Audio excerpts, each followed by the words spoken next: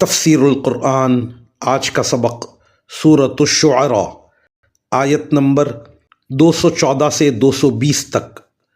اعوذ باللہ من الشیطان الرجیم، بسم اللہ الرحمن الرحیم۔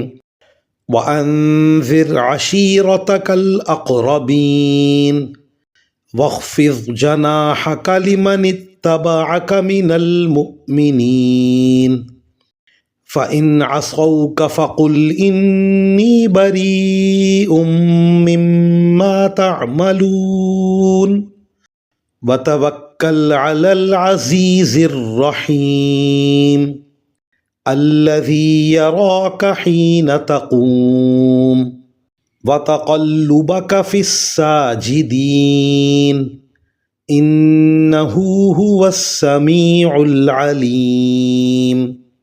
ترجمہ: اور اے پیغمبر، تم اپنے قریب ترین خاندان کو خبردار کرو، اور جو مومن تمہارے پیچھے چلیں ان کے لیے انکساری کے ساتھ اپنی شفقت کا بازو جھکا دو، اور اگر وہ تمہاری نافرمانی کریں تو کہہ دو کہ جو کچھ تم کر رہے ہو اس سے میرا کوئی تعلق نہیں، اور اس اللہ پر بھروسہ رکھو جو بڑا اقتدار والا، بڑا مہربان ہے، جو تمہیں اس وقت بھی دیکھتا ہے جب تم عبادت کے لیے کھڑے ہوتے ہو، اور سجدہ کرنے والوں کے درمیان تمہاری آمد و رفت کو بھی دیکھتا ہے۔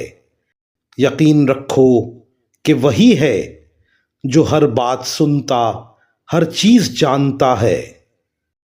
ان آیات کی تفسیر میں مفسرین کرام فرماتے ہیں، یہ وہ آیت ہے جس کے ذریعے حضرت صلی اللہ علیہ وسلم کو سب سے پہلی بار تبلیغ کا حکم ہوا، اور یہ ہدایت دی گئی کہ تبلیغ کا آغاز اپنے قریبی خاندان کے لوگوں سے فرمائیں۔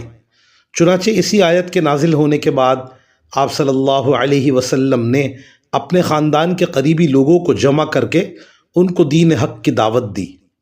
اس میں یہ سبق بھی دیا گیا ہے کہ اصلاح کا کام کرنے والے کو سب سے پہلے اپنے گھر اور اپنے خاندان سے شروع کرنا چاہیے۔ وآخر دعوانا ان الحمد للہ رب العالمین۔